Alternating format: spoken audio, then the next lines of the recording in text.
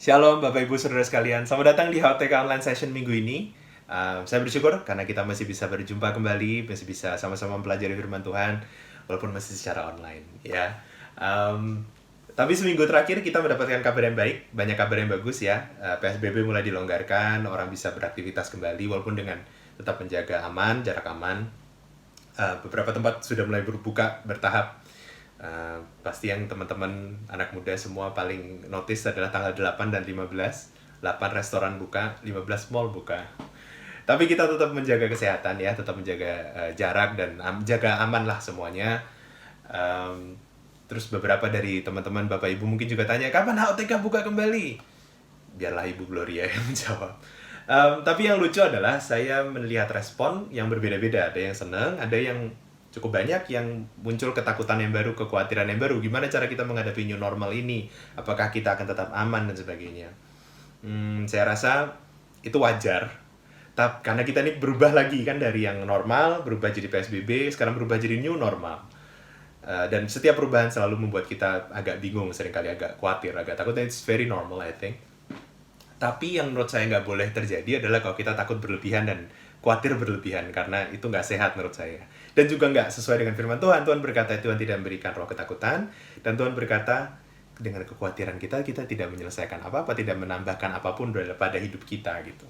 So saya rasa janganlah kita terlalu berlebihan dalam takut dan khawatir ya. Marilah kita, yang harus kita lakukan apa? Yang harus kita lakukan adalah sampaikan aja pada Tuhan. Karena Tuhan kita, Tuhan yang mendengarkan kita selalu, Bapa yang mengerti kita selalu, mengerti semua ketakutan kita, kekhawatiran kita.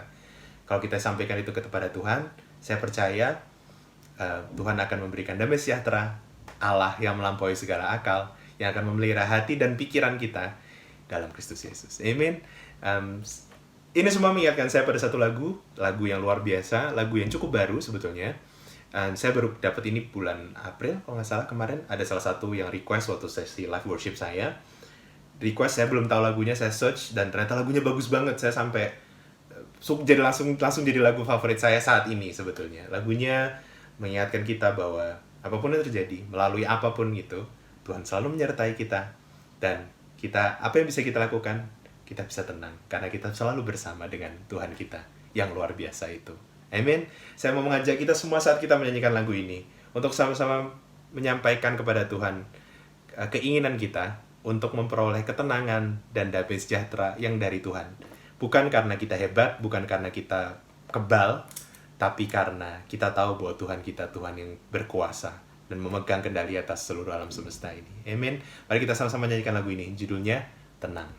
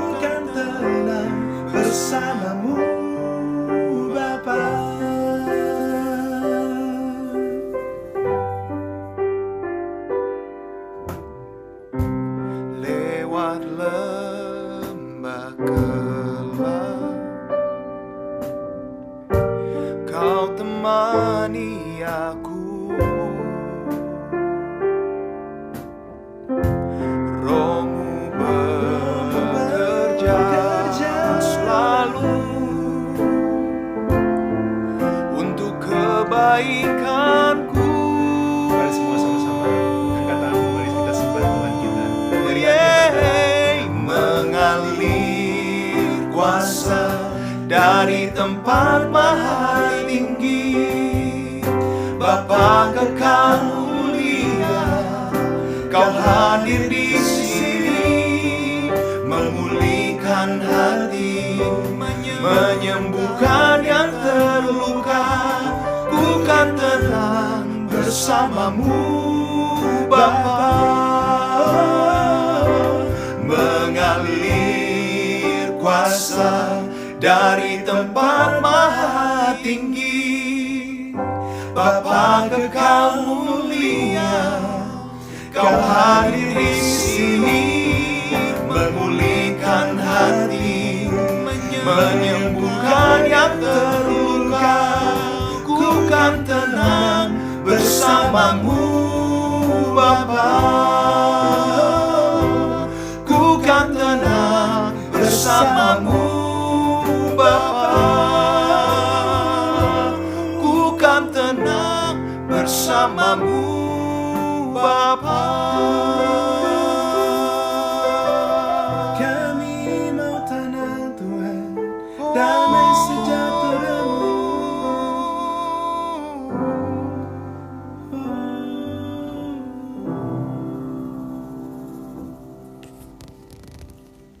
Saat mengikuti sesi pengajaran minggu ini, keep calm, Tuhan Yesus memberkati. Shalom Bapak Ibu dan anak-anak semuanya, kita bertemu lagi di sesi yang selanjutnya, yaitu sesi yang kedua dari Song of Song atau Kidung Agung pasal yang pertama. Sebelum kita memulai pembahasan kita, mari kita satukan hati, kita mau berdoa, mempersiapkan hati kita. Demi nama Bapa, Putra dan Roh Kudus, amin. Tuhan, kami sungguh bersyukur untuk malam hari ini kami boleh kembali bertemu untuk mempelajari Kidung Agung pasal yang pertama ini Tuhan di sesi yang kedua.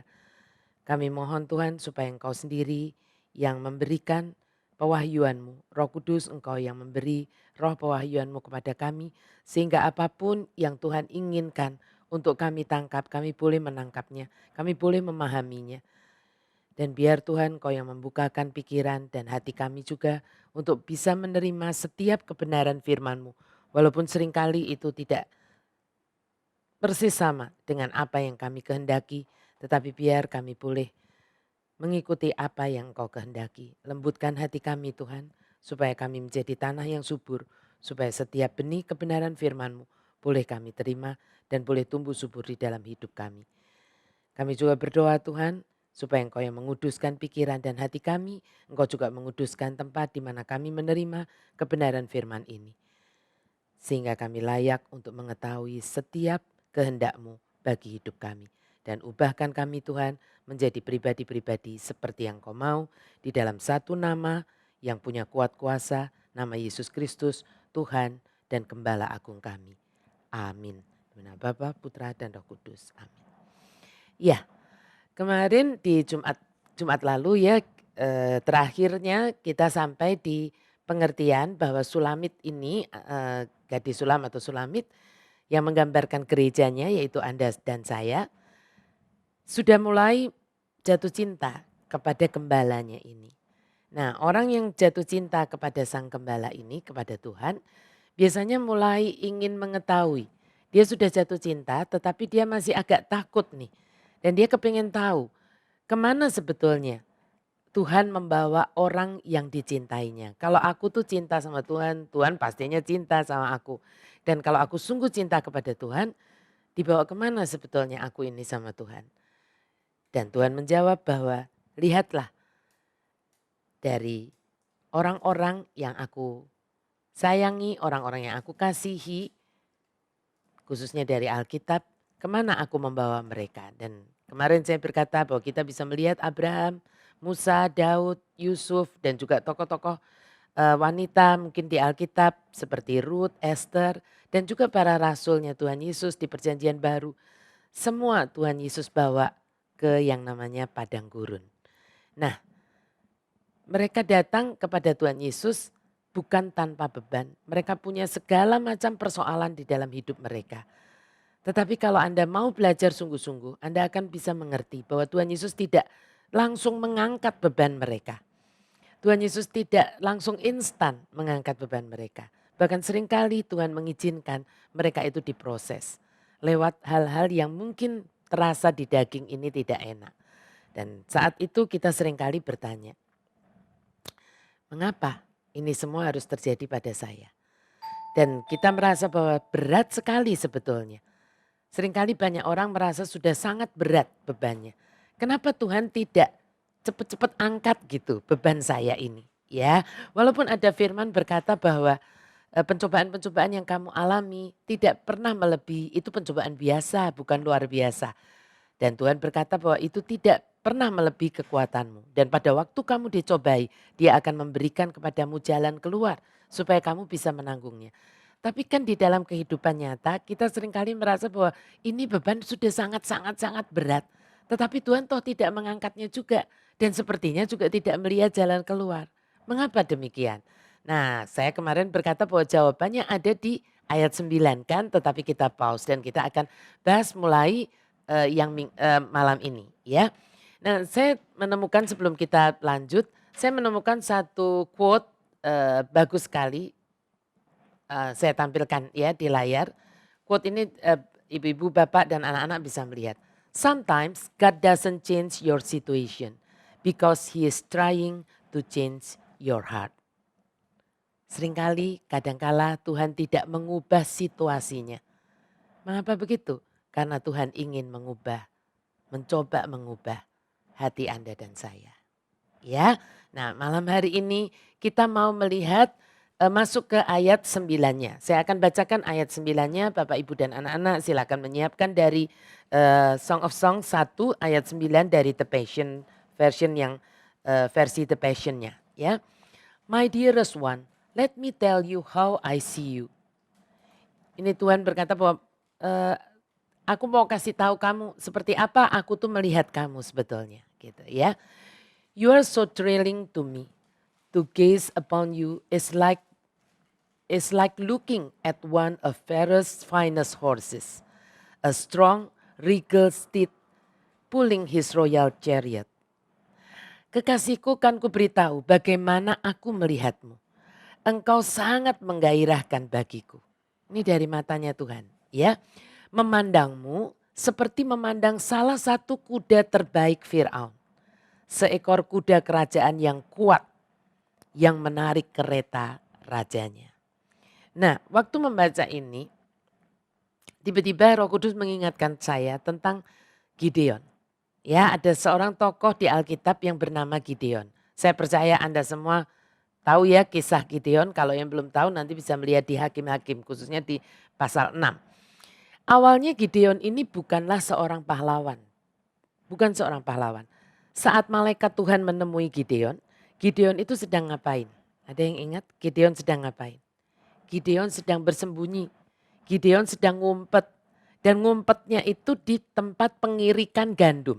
Which is itu adalah tempat di mana isinya adalah para wanita kan, ibu-ibu dan gadis-gadis waktu itu ya, karena tempat pengirikan gandum. Kenapa Gideon ngumpet? Kenapa Gideon harus ngumpet? Karena sejujurnya dia itu takut. Takut diharuskan oleh negaranya ikut, kalau sekarang sebutnya wajib militer begitu. Ya, wajib militer yang dicanangkan oleh negaranya untuk menghadapi bangsa Midian waktu itu. Ya, bangsa Midian waktu itu. Nah, tapi saat malaikat Tuhan mendatangi Gideon, apa yang malaikat Tuhan ini katakan? Dan sebelum kita membaca ayatnya, saya mau ingatkan bahwa di perjanjian lama kalau ada disebut malaikat Tuhan mendatangi seseorang, itu sebetulnya adalah personifikasi dari Tuhan sendiri yang mendatangi orang tersebut. Ya, nah kita lihat apa yang Tuhan itu katakan kepada Gideon waktu Tuhan menjumpai Gideon. Ya, kita lihat Hakim-Hakim 6 ayat 12. Malaikat Tuhan menampakkan diri kepadanya dan berfirman kepadanya demikian. Tuhan menyertai engkau, ya pahlawan yang gagah berani. Pahlawan yang gagah berani. Loh, tadi kan kita lihat bahwa Gideon ini sedang bersembunyi. Bersembunyi di tempat pengirikan. Apakah Tuhan ngeledek? Apakah istilah anak sekarang Tuhan ngeprank Gideon gitu? Iya kan? Kan penakut, kan pengecut. Kok Tuhan berkata pahlawan yang gagah berani? Ya, enggak. Tetapi karena apa? Karena Tuhan itu melihat ada potensi. Ya, Tuhan melihat potensi yang ada di dalam diri Gideon. Yang bahkan Gideon sendiri pun belum menyadarinya. Nah, ingat ya bahwa Tuhan melihat, manusia melihat apa yang di depan mata, tetapi Tuhan itu melihat yang di dalam. Ya, yang di dalam. Tetapi kita mau lihat apa jawaban Gideon. Kita mau lihat jawaban Gideon dari ayat selanjutnya, dari ayat 13-nya. Jawab Gideon kepadanya, "Ah Tuanku, jika Tuhan menyertai kami, mengapa semuanya ini menimpa kami? Di manakah segala perbuatan-perbuatannya yang ajaib yang diceritakan oleh nenek moyang kami kepada kami ketika mereka berkata, bukankah Tuhan telah menuntun kita keluar dari Mesir? Tetapi sekarang Tuhan membuang kami dan menyerahkan kami ke dalam cengkeraman orang Midian." Coba lihat statement pertanyaan dari Gideon. Jika Tuhan menyertai kami, mengapa semuanya ini menimpa kami? Sounds familiar dengan pertanyaan ini?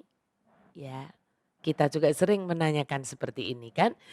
Seringkali ungkapan ini adalah ungkapan dari seseorang yang sedang menggebu-gebun cinta sama Tuhan, tetapi belum sungguh kenal Tuhannya. Belum sungguh memahami apa yang justru Tuhan lakuin untuk orang-orang yang dicintainya. Ya, banyak orang itu menggebu-gebu sama Tuhan tapi belum paham sungguh apa sebetulnya yang Tuhan justru lakukan untuk orang-orang yang Dia cintai. Ya. Nah, pengertiannya masih sangat naif. Pengertiannya naif bagaimana? Kalau Tuhan cinta saya dan saya juga mencintai Tuhan sangat gitu ya. Dan saya nggak ngelakuin yang nggak benar. Saya itu lurus-lurus aja. Saya setia, saya taat. Pasti semuanya akan jalan tol. Ya, dan begitu suatu atau sesuatu yang tidak enak terjadi, apalagi kalau itu adalah membuat kita menderita, segera mereka berteriak, segera kita berteriak, "Mengapa Tuhan? Apa salahku?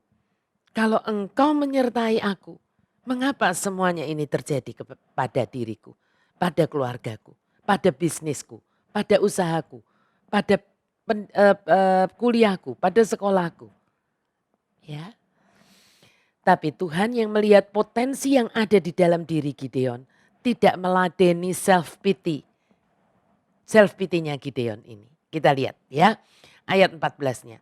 Lalu berpalinglah Tuhan kepadanya dan berfirman, "Pergilah dengan kekuatanmu ini." Ya, kekuatan potensi yang ada di dalam diri Gideon itu ya. "Dan selamatkanlah orang Israel dari cengkeraman orang Midian." Lalu ada statement begini dari Tuhan. "Bukankah aku mengutus engkau?" Ya, "bukankah aku mengutus engkau?" Tapi kalau Anda terus baca kisahnya Gideon ini, Anda akan melihat bagaimana seseorang itu yang dibentuk oleh Tuhan. Ya, dibentuk, diproses, dibentuk oleh Tuhan. Dengan kesabaran Tuhan yang luar biasa. Tidak ada menurut saya manusia di dunia ini yang sesabar Tuhan di dalam memproses dan membentuk pribadi seseorang. Ya, kita lihat ayat 15-nya. Tetapi jawabnya kepadanya, "Ah Tuhanku, dengan apakah akan kuselamatkan orang Israel?" Gideon ngomong begitu. "Ketahuilah." Dia berpikir Tuhan nggak tahu, makanya dia berkata, "Ketahuilah, kaumku adalah yang paling kecil di antara suku Manasye, dan aku pun seorang yang paling muda di antara kaum keluargaku." Sebetulnya ini menggelikan ya untuk Tuhan. Lalu Tuhan berfirman kepadanya di ayat 16. "Tetapi akulah yang menyertai engkau. Sebab itu engkau akan memukul kalah orang Midian itu sampai habis. Tetapi akulah yang menyertai engkau." Apa artinya ini? Anak-anak youth di HOTK dan mungkin juga kita semua sering atau suka menyanyikan lagu Christ is enough for me. Christ is enough for me ya. Mungkin ibu bapak masih ingat itu juga. Pertanyaannya, benarkah Christ is enough for me? Coba Anda sungguh bertanya pada diri Anda sendiri. Ya, Sungguhkah Christ is enough for me? Seolah Tuhan mau berkata kepada Gideon, gini. Dan Gideon tadi kan bilang, ketahuilah bahwa kaumku itu adalah paling kecil, bla bla bla bla bla gitu. Seolah Tuhan mau berkata kepada Gideon begini, ya nggak usahlah kamu ceritain, gue udah ngerti siapa lu, gue udah ngerti gitu. Ya, aku sudah tahu. Tapi kalau aku menyertai kamu, apakah siapa dirimu itu masih menjadi persoalan untukmu, Gideon? Ya, Tuhan mau berkata, aku sudah ngerti siapa kamu. Tapi kalau aku menyertai kamu, apakah siapa dirimu itu masih menjadi persoalan untuk kamu? Ya, dan saya rasa pertanyaan yang sama juga Tuhan tanyakan kepada Anda dan saya malam hari ini. Apapun yang aku minta untuk kamu mengalaminya. Ya, berat atau ringan. Tetapi dengan jaminan bahwa aku selalu menyertaimu. Aku selalu ada di sisimu. Apakah itu masih menjadi hal yang menakutkan untukmu? Silakan isi nama Anda sendiri. Iya kan? Saya ulangi sekali lagi. Kita seringkali bercerita kepada Tuhan, kita seringkali berkata kepada Tuhan, Tuhan aku itu kan begini Tuhan, aku tuh kan enggak pintar begini, aku kan enggak bisa begini, aku enggak pintar omong, aku itu begini Tuhan, aku kan dulunya penakut, aku blablabla. Tuhan mungkin berkata seperti dia berkata kepada Gideon, aku udah ngerti, kamu gak usah cerita siapa dirimu, bukankah aku ini penciptamu?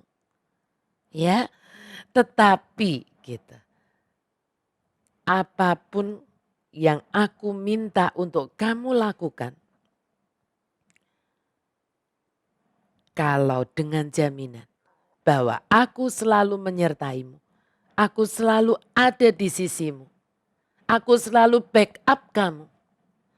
Apakah itu masih menjadi persoalan, menjadi hal yang menakutkan bagimu Gloria? Ya, saya mencoba mengisi ini dengan nama saya sendiri. Dan Anda perlu juga mengisinya, Anda perlu juga merenungkannya. Ya, apapun di dalam hidup Anda yang harus Anda hadapi. Kalau ada jaminan dari Tuhan bahwa dia menyertai. Apakah itu masih persoalan buat diri Anda? Tapi dengan kata lain juga saya mau berkata. Orang yang disertai oleh Tuhan. Dan dicintai sangat oleh Tuhan. Seringkali bukanlah orang yang dibebaskan Tuhan. Dibebas tugaskan Tuhan. Dari persoalan-persoalan berat di dalam hidup ini. Ya, tetapi ada jaminan bahwa ada Tuhan bersama dengan dia. Nah, saya dibuat lebih kagum dan terharu lagi saat sampai di ayat 10 dan 11 dari Song of Songs ini. Ya, Song of Songs 1. Mari kita lihat. Your tender cheeks are aglow. Your earring and gem-laden necklace set them ablaze. We will enhance your beauty, encircling you with our golden reins of love. You will be marked with our redeeming grace. Pipimu lembut berseri, anting-antingmu dan kalungmu bertahta permata membuatnya berkilauan. Kami akan menambah kecantikanmu, mengalungimu dengan tali kekang cinta emas kami. Engkau akan ditandai dengan anugerah kami yang menebus. Ini sesuatu yang baru saya ketahui ketika mempelajari Song of Song lebih lagi. Dari versi yang The Passion ini. Ternyata dari teks Ibraninya, kata kami di sini kan aneh ya. Tiba-tiba bukan aku tetapi kami. Ya kan? Nah, kami di sini mengacu kepada Tritunggal.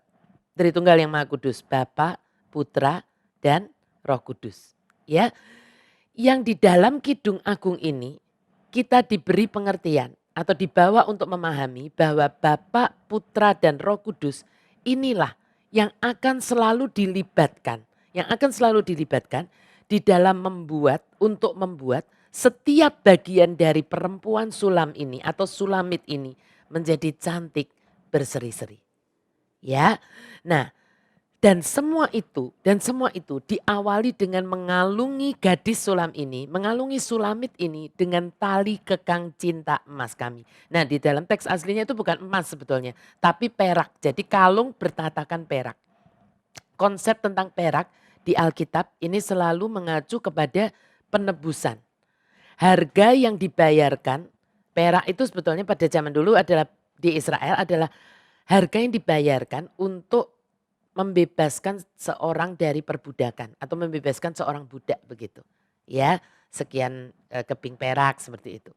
Wow, saat kita menjawab cinta Tuhan dan mau ikut di dalam jalan-jalannya Tuhan. Ketika kita bilang begini, oke, aku mau Tuhan ikut jalan-jalanmu begitu. Ternyata Bapa bukan hanya Tuhan Yesus, tetapi Bapa, Putra dan Roh Kudus itu akan terlibat di dalam memproses Anda dan saya untuk menjadi cantik, kudus, dan berseri-seri. Keren ya. Saat Tuhan menciptakan kita, memang dia kan sudah berkata, sungguh amat baik. Bukan hanya baik ya, tetapi sungguh amat baik. Tetapi saat kita mau sungguh di prosesnya, Bapa, Putra dan Roh Kudus itu akan istilahnya bekerja sama begitu. Mengenhance, menambah atau mengangkat gitu kecantikan kita. Ya, dan semuanya diawali dengan menebus kita dulu dari perbudakan dosa. Sebelumnya kan enggak bisa, belum ciptaan yang baru ya. Keren banget ini untuk saya, Bapak, Ibu, dan anak-anak. Semoga juga untuk Anda semuanya ya. Nah, sekarang kita mau melihat bagaimana Sulamit itu menanggapi raja gembalanya ini yang sudah mereveal sesuatu. Ya kan? Ya, bahwa kalau ketika kamu mau, oke, kami akan membuat kamu itu gitu ya kan menjadi cantik berseri-seri. Padahal kamu udah cantik sebetulnya. Ya. Nah, sekarang kita lihat apa tanggapannya Sulamit ya di ayat 12 sampai 14. Malam ini kita nggak akan panjang karena kita kan hanya menyelesaikan dari pasal 1. Tapi banyak banget yang keren menurut saya ya yang kita dalam banget pengertiannya begitu. Saya bacakan ayat 12 sampai 14. As the king surrounded me at his table, the sweet fragrance of my praise perfume awakened the night. A sachet of myrrh is my lover, like a tied up bundle of myrrh resting over my heart. He is like a bouquet of henna blossom, henna plucked near the vines of the fountain of the Lamb. I will hold him and never let him part. Nah, ini pengertiannya luar biasa. Ya. Saat raja mengelilingiku, keharuman wewangian pujianku membangunkan malam. Kekasihku bagaikan sebungkus mur. Seperti sebungkus mur sebungkus mur terikat yang ada di hatiku. Dia bagaikan karangan bunga pacar. Lalu ada kalimat begini. Bunga pacar yang dipetik dekat pohon anggur di air mancur anak domba. Ya, di air mancur anak domba, fountain of the lamb. Aku akan memegangnya dan takkan pernah membiarkannya pergi. Di sini kata keharuman wewangian pujianku itu dalam teks aslinya sebetulnya dikatakan narwastu. Narwastu ini apa? Narwastu ini tumbuhan yang dipakai untuk membuat minyak wangi. Minyak wangi gitu ya. Pada zaman itu, kalau sekarang banyaknya dipakai untuk minyak urapan dan sebagainya.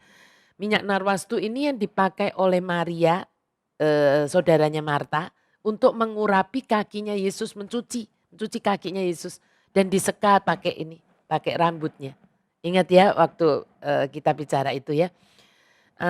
Minyak narwastu ini harganya sangat mahal. Kalau sekarang mungkin dijualnya kecil-kecil. Waktu kita ada beberapa ibu dan anak-anak yang pergi ke Israel bersama dengan saya waktu itu, kita berhenti di gereja ayam berkokok ya. Lalu saya berkata bahwa ayo kalau mau membeli narwastu beli di sini sebab ini asli gitu narwastunya. Mereka yang membuat adalah para suster, para biarawati di gereja Peter Kaligatu ya gereja ayam berkokok, orang berkata begitu karena atasnya ada ayamnya gitu ya. Nah, itu minyak narwastu. Nah, sebungkus atau seikat mur ya. Jadi kita ini ada minyak narwastu gitu ya. Lalu ada dikatakan mur. Ini adalah gambaran luar biasa tentang salib. Saya udah pernah bahas ya yang kemarin. Mur yang dikenal sebagai rempah-rempah untuk membalsam mayat. Ya, selalu dihubungkan dengan yang namanya penderitaan. Mur itu pahit ya, dihubungkan dengan penderitaan. Kasih Yesus kepada gerejanya lah sebetulnya yang membuatnya rela menderita. Dan kasih Yesus yang rela menderita inilah yang dikatakan oleh Sulamit gitu ya, akan terus ada di hatinya sepanjang hari-harinya. Nah ini sebagai gerejanya kita sebetulnya harus terus menyimpan gitu. Kasih Tuhan Yesus kita harus selalu ingat. Karena kasihnya itu. Ya kita kalau Paskah itu kan suka dikirim sebelum Paskah ya Jumat Agung suka kita dapat kirim-kiriman. Apa yang membuat Yesus tetap tinggal di kayu salib? Bukan paku-pakunya, bukan karena penjagaan tentara Romawi, melainkan kasihnya kepada Anda dan saya. Nah inilah yang ada di hatinya Sulamit sepanjang hari. Jadi sebetulnya di balik nyanyian cinta, ini semuanya nyanyian cinta dari Sulamit yang menanggapi kasih Tuhan Yesus atau kasih gembalanya, raja gembalanya ini. Sebetulnya di dalamnya terdapat pewahyuan yang luar biasa tentang kekasih kita. Yaitu Yesus ya yang disalib seperti sebungkus mur. Nah tetapi di sini ada yang unik. Kata Ibrani bunga pacar dalam bahasa Ibraninya itu mengacu kepada penebusan. Yang itu sebetulnya bunga pacar, itu sebetulnya adalah anugerah penebusan. Anugerah penebusan. Sedangkan di sini disebut juga air mancur anak domba. Apa itu air mancur anak domba? Waktu membaca air mancur anak domba, pasti ingatan kita tahu yang namanya NGD. Betul? Kota NGD yaitu dalam bahasa Ibraninya tulisannya seperti itu ya ada di layar. Artinya sebetulnya sumber air atau mata air anak domba. Adalah sebuah kota dan padang belantara ya yang di sekelilingnya gitu ya. Kota dan padang belantara di sekelilingnya gitu. Di daerah Yehuda. Tetapi anehnya NGD ini adalah daerah yang sangat subur. Walaupun tepinya ini padang belantara Yehuda, tetapi NGD ini sendiri dia sangat subur. Di tengah padang gurun. Bahkan sampai sekarang lokasi unik NGD, lokasi NGD itu di mana? Letaknya itu di cekungan, di sebelah baratnya Dead Sea, Laut Mati. Ya, dan di dekatnya Qumran itu, ya.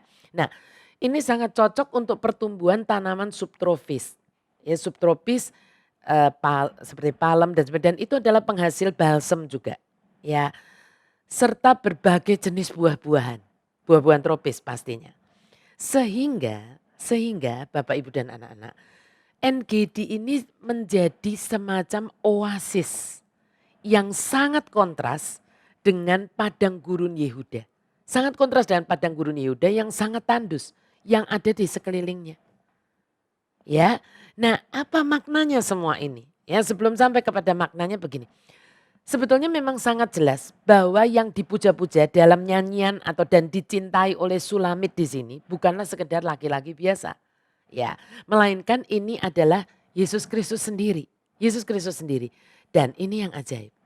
Sulamit mulai bisa melihat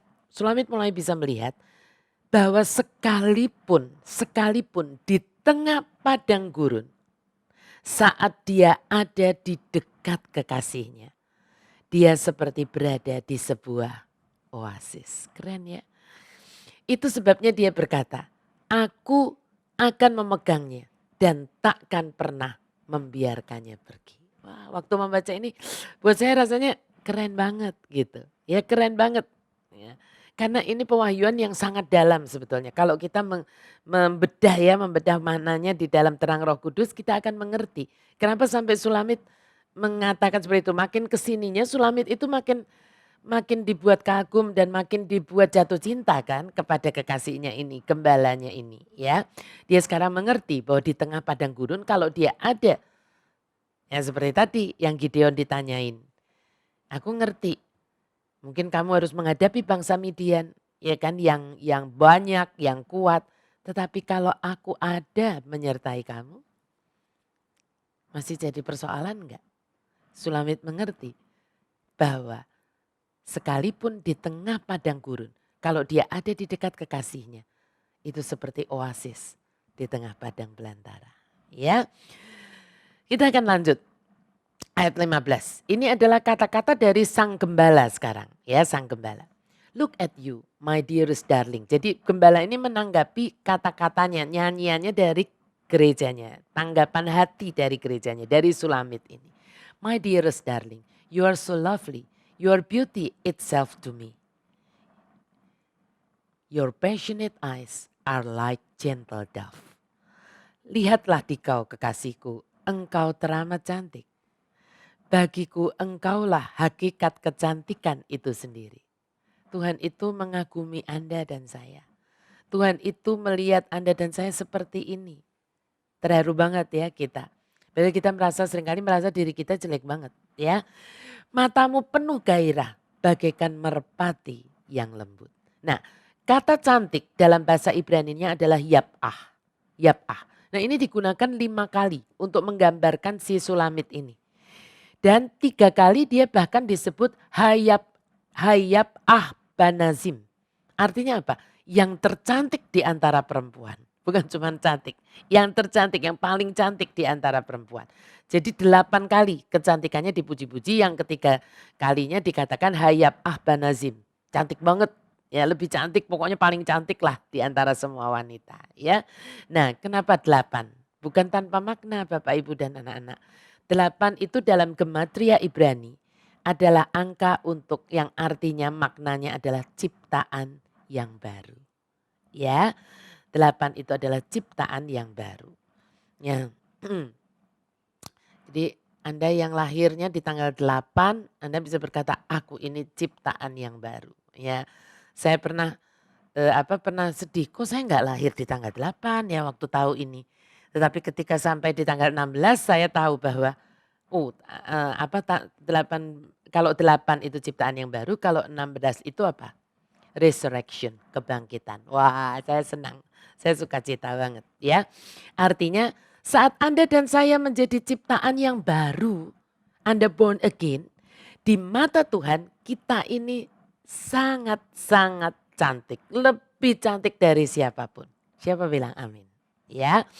Ini cantik dalam artian rohani ya, bukan cantik-cantik seperti untuk wanita. Jadi bukan jasmani, ini rohani. Sehingga ini tepat juga untuk menggambarkan laki-laki yang adalah ciptaan yang baru. Ya juga bukan beauty dalam artian seperti yang biasa ya, tetapi ini adalah laki-laki dalam cocok untuk laki-laki karena ini kecantikan yang secara rohani ya. Jadi itu makanya kan ketika Anda lahir baru dikatakan kita itu adalah ciptaan yang baru, yang lama sudah berlalu. Yang dosa-dosa, yang kotor, yang jelek itu sudah berlalu.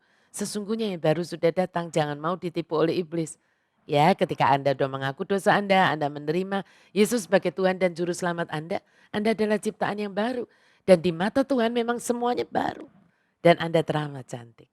Ya, nah tadi dikatakan matamu penuh gairah, bagaikan merpati yang lembut. Dalam teks aslinya bukan bagaikan merpati tetapi matamu adalah merpati. Begitu, matamu adalah merpati. Nah merpati selalu mengarahkan kita kepada Roh Kudus ya. Perempuan Sulam itu dipuji karena melihat kekasihnya dengan pewahyuan ya, pewahyuan rohani dari Roh Kudus. Ya saat dia bisa merasakan, dia bisa mengerti bahwa salib itu adalah kemuliaan dan bukan penderitaan dalam arti negatif.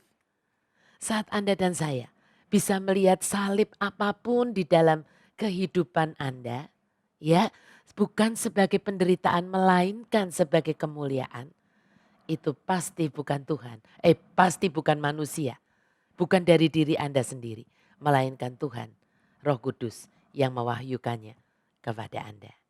Ya, seringkali ada orang kita sampai kagum gitu. Kita melihat, Anda pernah dengar banyak cerita ya tentang bahwa orang yang menderita ketika ditengok, banyak orang ingin menghibur orang yang sedang menderita ini. Tetapi apa yang kita dapatkan? Ternyata dia yang menghibur kita. Gitu ya, dia yang menghiburkan kita. Nah, ini yang luar biasa. Orang yang melihat salib itu sebagai kemuliaan dan bukan penderitaan. Ya, bukan penderitaan dalam artian yang negatif. Secara fisik mungkin menderita, secara daging menderita, tetapi bukan penderitaan dalam artian negatif, ya. Nah, perempuan Sulam itu dipuji karena ini, karena dia bisa mengerti hal ini gitu ya. Nah, sekarang kita sampai di ayatnya yang terakhir, ayat 16 dan ayat 17. Sulamit kembali membalas nih membalas pujian dari kekasihnya ini. Kan dia dipuji, ya kan, matamu adalah merpati gitu ya, ada pewahyuan dari Roh Kudus begitu. Lalu Sulamit kembali membalas pujian dari kekasihnya ini di ayat 16 dan 17. My beloved one, both handsome and winsome, you are pleasing beyond words. Wow. Our resting place is anointed and flourishing like a green forest meadow bathed in light. Rafter of cedar branches are over our heads and balconies of pleasant smelling pines. Apa ini? Kekasihku handsome and winsome, tampan dan menawan hati. Ya, engkau menyenangkan tiada terkatakan. Nah, lalu ada kata-kata begini Bapak Ibu dan anak-anak. Tempat peristirahatan kita diurapi dengan penuh hiasan. Bagaikan hutan padang rumput yang hijau bermandikan cahaya. Memang ini kan puitis sekali ya. Kasau atap dari kayu aras dan di atas kepala kita dan balkon-balkon dari kayu pinus yang harum. Kita lihat satu-satu ya, kata kekasih itu dalam bahasa Ibrani saya kaget waktu tahu bahasa Ibraninya kekasih itu adalah doi. Padahal anak muda suka bilang si doi gitu ya, dulu kita juga bilang si doi. Ternyata kata kekasih itu dalam bahasa Ibrani adalah doi ya, tapi penulisannya seperti itu, seperti yang di layar ya. Sebenarnya ini diambil dari akar kata yang bermakna tuh mendidih, membara gitu ya. Nah implikasinya adalah bahwa sang kekasih ini menyebabkan hati perempuan Sulam atau Sulamit ini mendidih dengan gairah. Gairah apa? Gairah cinta yang berkobar-kobar ya. Yang menyadari bahwa cinta Tuhan, kenapa gairah cintanya berkobar-kobar? Karena menyadari ini sebagai tanggapan terhadap cinta Tuhannya yang begitu dahsyat. Ya, karena menanggapi cinta Tuhan yang begitu dahsyat nggak dingin nih. Ada orang yang Tuhan udah berkobar-kobar cintanya, dia tetap flat aja. Nah itu belum kayak Sulamit. Kalau calon mempelainya ini ketika merasakan cinta Tuhan yang begitu dahsyat, dia juga mendidih gitu, dia juga berkobar, dia juga membara. Ya itulah yang sebetulnya yang diharapkan Tuhan dari Anda dan saya sebagai gerejanya. Jangan ngeflat terus, cool terus, nanti kebablasan ya. Tempat peristirahatan, tapi ada kata-kata yang unik. Tempat peristirahatan kita diurapi dan penuh hiasan, bagaikan hutan padang rumput yang hijau bermandikan cahaya. Tempat peristirahatan ini sebenarnya secara harafiah bukan kuburan ya, bukan tempat peristirahatan terakhir, tetapi ini tempat peristirahatan yang berarti tempat tidur bertudung. Tempat tidur bertudung atau tempat tidur yang mewah atau balai-balai mewah sebagai tempat tidur dari raja dan permaisuri gitu, raja dan permaisurinya. Bisa tuh kan raja dan permaisuri kan tempat tidurnya pakai kelambu gitu ya. Ini menggambarkan seperti itu sebetulnya. Tempat peristirahatan ini adalah tempat tidur bertudung gitu ya dalam teks aslinya atau balai-balai yang mewah seperti tempat tidur raja dan permaisurinya. Nah ini apa sebetulnya? Ini bicara tentang apa sebetulnya? Kok tiba-tiba berbicara tentang tempat tidur gitu ya. Nah kita bisa lihat di ayat 17-nya. Kita mendapati dua kayu di sini. Kayu aras dan kayu pinus. Nah ini adalah dua kayu yang dipakai di dalam bait Allah Salomo. Ya bait Allah Salomo. Sehingga yang dimaksud tempat peristirahatan di sini sebetulnya adalah rumah Tuhan atau bait Allah. Baitnya. Ya. Nah Sulamit atau gerejanya atau calon mempelainya ini yang sungguh memahami cinta Tuhan, ya yang dahsyat kepada dia ini sangat merindukan gitu. Sangat merindukan selalu berada di baitnya. Ya selalu berada di baitnya. Karena bahkan pelataran dari baitnya aja kan lebih indah ya dibandingkan dari yang lain. Ada lagu yang lebih baik satu hari di pelataranmu daripada 1000 hari di tempat lain ya. Anda semua ingat lagu itu. Nah maksudnya begini Bapak Ibu dan anak-anak. Orang yang memahami cinta yang ajaib. Cintanya Tuhan yang ajaib buat kita. Sebetulnya berada di hadiratnya itu adalah kerinduan. dan bukan keharusan. Ya, bukan keharusan. Dan di hadiratnya itu bukan tegang, melainkan rileks. Kenapa begitu?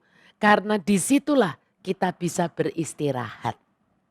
Di hadiratnya itu kita bisa beristirahat. Melepas semua topeng-topeng yang kita pakai. Ya, apa adanya. Kita bisa apa adanya. Kita bisa melepas semua atribut-atribut kita. Melepas topeng-topeng kita. Saat kita itu ada di hadiratnya. Ada di hadirat Tuhan. Ya, jadi sekali lagi ya, orang yang memahami cinta Tuhan yang ajaib ini selalu ingin berada di hadiratnya, berada di baitnya. Mengapa begitu? Karena berada di hadiratnya itu adalah kerinduan dan bukan keharusan. Bukan keharusan. Ya, karena di hadiratnya itu kita bukan tegang. Harus ngapain nih saya? Harus melakukan apa? Harus performance seperti apa? Enggak. Karena kita justru rileks. Kita bisa membuka semua topeng kita. Kita bisa membuka semua atribut-atribut kita. Kita menjadi sukacita. Ya, menjadi rilis dengan semua beban-beban kita. Itu sebabnya Tuhan berkata, marilah kepadaku. Kamu yang letih lesu dan berbeban berat. Aku akan memberi kelegaan kepadamu. Ya, nah dengan kata lain Bapak Ibu dan anak-anak. Untuk para kekasih Tuhan. Hadirat Tuhan ini adalah oasis di tengah padang gurun kehidupan ini. Sekali lagi saya mau katakan, kalau Anda dan saya sungguh mencintai Tuhan, ya Anda pasti mencintai hadiratnya. Kenapa demikian? Karena hadirat Tuhan adalah seperti oasis di tengah padang gurun kehidupan ini. Amin. Saya sungguh merasakannya. Semoga Anda juga merasakannya. Setiap kali ada persoalan di dalam hidup ini, mari datang ke hadiratnya. Karena di hadiratnya kita akan merasa puas. Di hadiratnya kita merasa bebas. Mengapa? Karena di situ Anda nggak usah pakai topeng. Ya, karena Tuhan tahu semua beban Anda, semua persoalan Anda. Dan itulah saatnya kita beristirahat di dalam hadiratnya. Menutup sesi yang pendek ini, saya ingin mengajak Anda semuanya untuk menyanyikan lagu. Kita udah pernah nyanyikan waktu itu di Prisma ya. Tapi malam ini kita mau nyanyikan sekali lagi lagu di hadiratnya ini ya bersama-sama. Lagunya juga pendek, jadi sesinya pendek, lagunya juga pendek ya. Tapi kita mau meresapi lagu ini benar-benar sebelum nanti kita doa untuk persembahan dan juga untuk doa berkat supaya kita sungguh-sungguh merasakan cintanya malam hari ini dan tidak pernah takut lagi. Amin. Yuk mari kita sama-sama nyanyikan lagu di hadiratnya ini. Saya akan menyanyikannya bersama dengan berduet dengan Pak Gana.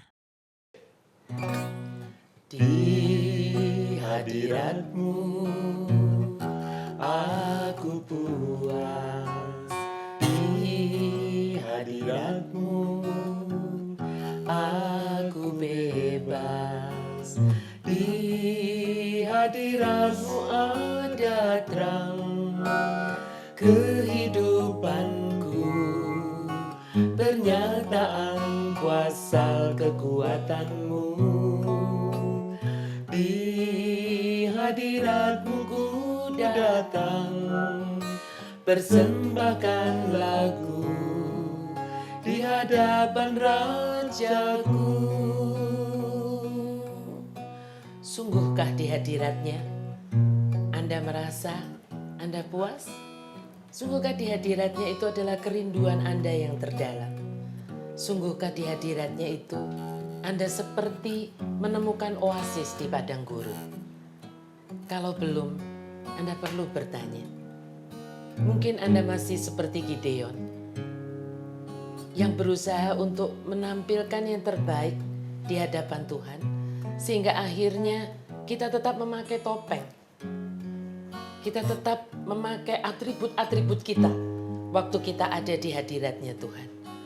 Dan itu sangat melelahkan. Karena dunia ini seringkali seperti padang gurun. Seringkali banyak hal ketika kita mau ikut Tuhan, ketika kita mau ikut jalan-jalannya Tuhan, seringkali kita tidak mendapatkan padang rumput di dunia ini, melainkan padang gurun. Tetapi Tuhan berkata, aku adalah oasis di padang gurun itu. Kalau aku yang menyertai kamu, masihkah itu persoalan untukmu? Makanya Tuhan berkata, marilah kepadaku, kamu yang letih lesu dan berbeban berat. Apakah hari ini, apakah malam ini Anda sedang berbeban berat? Anda sedang merasa capek banget.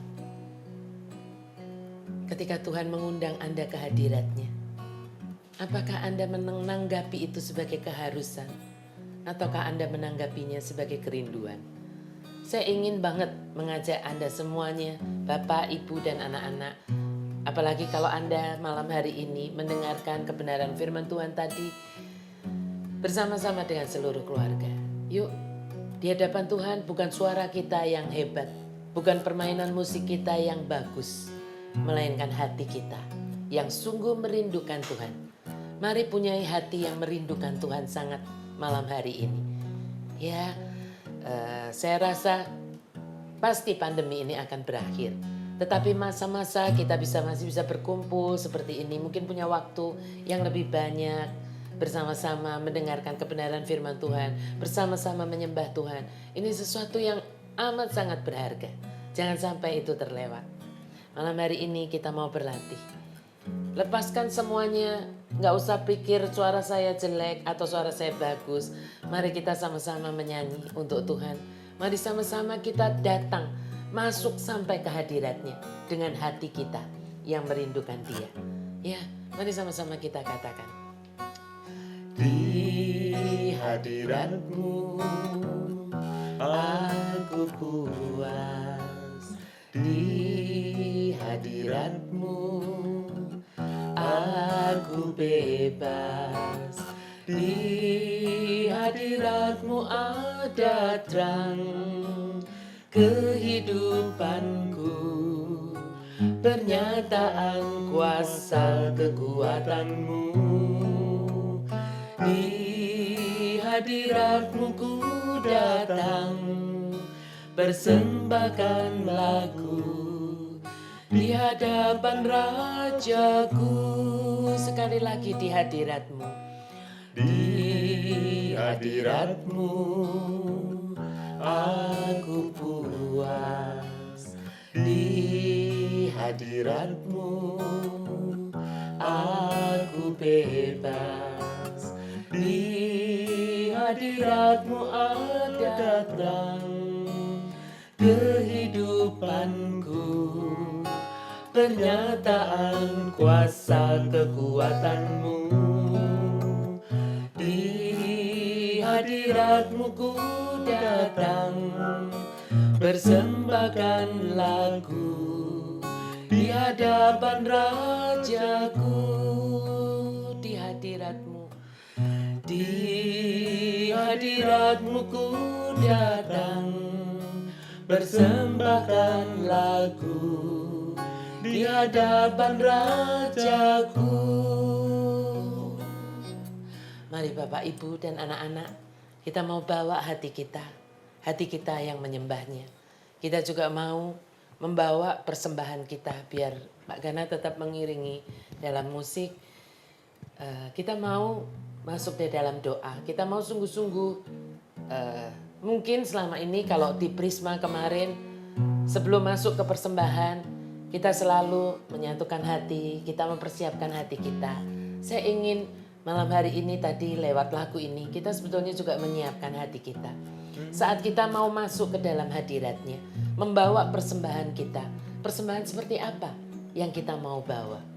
Ya, selama ini mungkin kita sudah memberikan persembahan-persembahan terbaik di layar, bisa ditampilkan juga hasil atau apa yang AOTK Ministry lakukan dengan persembahan-persembahan Bapak, Ibu, dan anak-anak. Bukan nominalnya, tetapi hati kita yang memberikan persembahan ini. Dan pastinya orang-orang yang menerima orang-orang yang membutuhkan ini sangat berterima kasih kepada kita semua.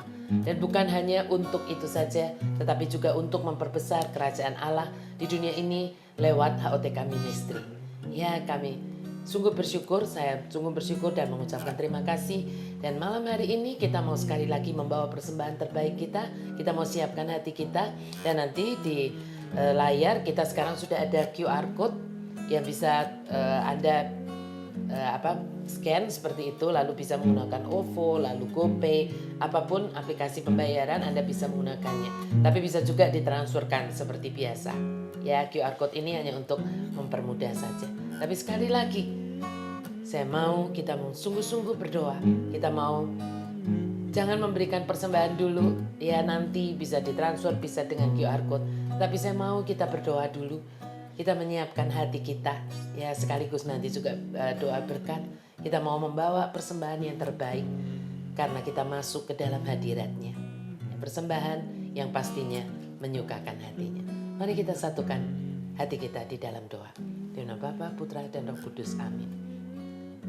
Tuhan, kami sungguh bersyukur kami boleh menyelesaikan pasal 1 dari Kidung Agung ini malam hari ini. Walaupun ini sesi yang pendek Tuhan, tetapi kami mau belajar sesuatu. Kami tahu kami belajar dari Sulamit, bagaimana Engkau membentuk gerejamu ini, mempelaimu, calon mempelaimu ini, dengan penuh kesabaran, sampai sungguh-sungguh nantinya Sulamit akan mengerti kasih yang seperti apa yang diberikan oleh Gembala Agungnya, oleh mempelai prianya, oleh mempelai surgawinya. Ajari kami juga Tuhan seperti Sulamit. Ajari kami mulai malam hari ini untuk mengerti bahwa Tuhan melihat semua yang ada di dalam hidup kami. Tuhan melihat siapa diri kami, semua kekurangan tetapi juga semua kelebihan, karena Dia adalah Allah yang Maha Tahu. Engkau melihat hati kami Tuhan. Engkau melihat sampai di kedalaman yang bahkan aku sendiri belum menyadarinya. Dan biar Tuhan, aku tidak pernah takut lagi ketika Engkau mengizinkan apapun terjadi di dalam hidupku, di dalam hidup kami Tuhan. Kami hanya butuh satu, jaminan bahwa Engkau ada bersama kami, bahwa Engkau mau berjalan bersama kami, bahwa Engkau selalu memegang tangan kami dengan tangan kananmu yang membawa kemenangan. Karena itulah jaminan yang kami butuhkan. Sekalipun di sekeliling kami adalah padang gurun, tetapi ketika kami ada di hadirat-Mu, kami menemukan oasis itu. Kami menemukan tempat di mana kami bisa beristirahat, tempat di mana kami bisa meletakkan semua beban-beban kami. Karena hadirat-Mu bukanlah tempat untuk kami memakai topeng kami, tetapi untuk kami melepaskan semuanya Tuhan. Karena Engkau adalah Allah yang Maha Tahu. Tuhan, malam hari ini kami juga mau buka hati kami di hadapan-Mu sebelum kami memberikan persembahan terbaik kami. Engkau yang melihat Tuhan cinta yang ada di dalam hati kami. Dan biar ketika kami memberikan persembahan kami, itu adalah persembahan yang terbaik yang kami berikan bukan karena kami harus memberikan persembahan, melainkan karena kami rindu mempersembahkan yang terbaik seperti persembahan Habil di hadapan-Mu. Kami percaya Tuhan, Engkau melihat hati kami dan bukan melihat uang kami. Dan kami bersyukur Tuhan atas semua berkat, atas semua kelimpahan, atas semua kecukupan yang masih kami bisa nikmati sampai dengan hari ini. Seringkali kami melihat banyak orang lain lebih diberkati. Tetapi malam hari ini Tuhan, kalau kami masih boleh sehat, kami boleh menghirup napas, kami masih boleh tersenyum, kami masih boleh bisa mengikuti sesi malam hari ini. Kami mau melambungkan syukur kami Tuhan lewat persembahan terbaik kami. Biar Engkau Tuhan disukakan lewat persembahan ini. Dan hamba berdoa Tuhan, biar janji-Mu yang berkata bahwa apapun yang kami taburkan, Engkau akan melipat gandakannya. Itu terjadi di dalam hidup setiap anak-anak-Mu, Bapak, Ibu, dan anak-anak yang mempersembahkan yang terbaik untuk kerajaan-Mu ditegakkan di dunia ini lewat HOTK Ministry. Terima kasih Tuhan. Hamba berdoa juga supaya firman-Mu yang ditaburkan malam hari ini dimeteraikan oleh Roh Kudus dan tidak ada yang dicuri oleh iblis. Supaya setiap kami Tuhan boleh mengendapkan apa yang Tuhan sampaikan ke dalam hati kami malam hari ini. Biar kami mulai mau berjalan, mengenal Engkau lebih dan lebih lagi, dan tidak pernah berhenti sampai kami bertemu muka dengan Engkau sendiri. Dan biar perjalanan kami dengan Kidung Agung ini membuat kami semakin mengerti kemana Engkau akan membawa kami.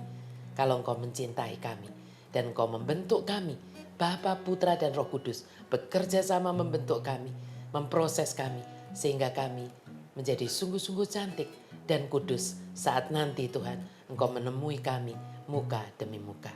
Terima kasih Tuhan Yesus. Hamba berdoa supaya berkat terbaik, kasih dari Allah Bapa, berkat yang melimpah di dalam Yesus Kristus Tuhan, dan persatuan yang indah dan intim dengan Roh Kudus-Mu tinggal di dalam hidup kami mulai malam hari ini sampai Maranatha. Datanglah ya Tuhan Yesus. Mari semua kita yang percaya, kita sama-sama katakan amin. Demi nama Bapa, Putra, dan Roh Kudus. Amin.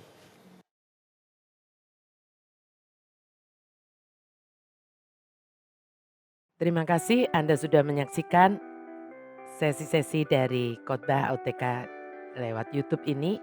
Jangan lupa untuk like, share, subscribe, dan tekan tanda loncengnya supaya Anda selalu mendapatkan update-update terbaru dari YouTube HOTK. Terima kasih, Tuhan Yesus memberkati.